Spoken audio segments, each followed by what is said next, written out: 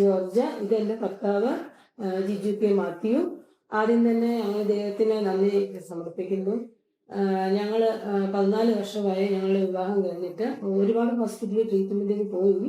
പക്ഷേ ഞങ്ങൾ ആദ്യം വന്ന് 2022 വന്ന് ഡോക്ടർ സിറിയ സാറിനെ മീറ്റ് ചെയ്തപ്പോൾ സാറ് എൻ്റെ പ്രോപ്പറായിട്ടുള്ള എന്താ പ്രോബ്ലം എന്നുള്ളത് കണ്ടുപിടിക്കുകയും അതിനനുസരിച്ചുള്ള ട്രീറ്റ്മെൻറ്റ് ചെയ്ത് ആദ്യം ഒരു IVF ചെയ്തായിരുന്നു ഇവിടെ. അപ്പം അത് കറക്റ്റായിട്ട് എന്താണ് പ്രോബ്ലം എന്നുള്ളത് സാർ മനസ്സിലാക്കി.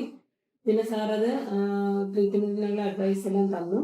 ഞങ്ങൾ അതുപോലെ അത് ഫോളോ ചെയ്ത് 2024 വീണ്ടും ഒന്നും കൂടെ IVF ചെയ്തപ്പോൾ സാറ് അതിനുള്ള അനുസരിച്ചുള്ള മരുന്നും കാര്യങ്ങളും എല്ലാം തന്ന് ശ്രീലക്ഷ്മി മാഡവും കീർത്തി മാഡവും ഡോക്ടർ പാപ്പച്ചനും ഇതിനുള്ള എല്ലാ സഹായങ്ങളും ഞങ്ങൾക്ക് ചെയ്തു. പിന്നെ ഞാൻ ശ്രീലക്ഷ്മി മാഡത്തെയാണ് ഫോളോ അപ്പ് ചെയ്തത്. മാഡം ഏത് സമയത്തും അവൈലബിൾ ആണ്.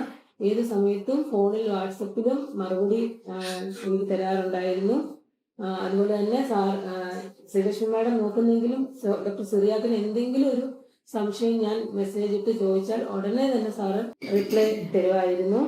എനിക്ക് ഒരു റെസ്റ്റിന്റെ ആവശ്യം വന്നില്ല. എല്ലാ ജോലികളും ഞാൻ വീട്ടിൽ ചെയ്തിരുന്നു. സാർ എന്നോട് പറഞ്ഞായിരുന്നു എല്ലാ ജോലിയും ചെയ്യാം, യാതൊരു കുഴപ്പവും ഇല്ലെന്ന് പറഞ്ഞായിരുന്നു.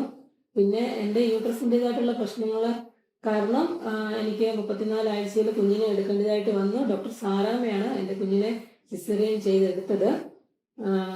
നല്ല രീതിയിൽ തന്നെ സർജറി കഴിഞ്ഞു. എനിക്കിപ്പം വേദനയോ പ്രയാസങ്ങളോ ഒന്നുമില്ല. ഞങ്ങൾക്കൊരു നല്ല ആൺകുഞ്ഞിനെ ഇവിടുത്തെ ട്രീറ്റ്മെൻറ്റിൽ നിന്ന് ലഭ്യമാകാൻ സാധിച്ചു. ഇതാണ് ഞങ്ങളുടെ കുഞ്ഞ്.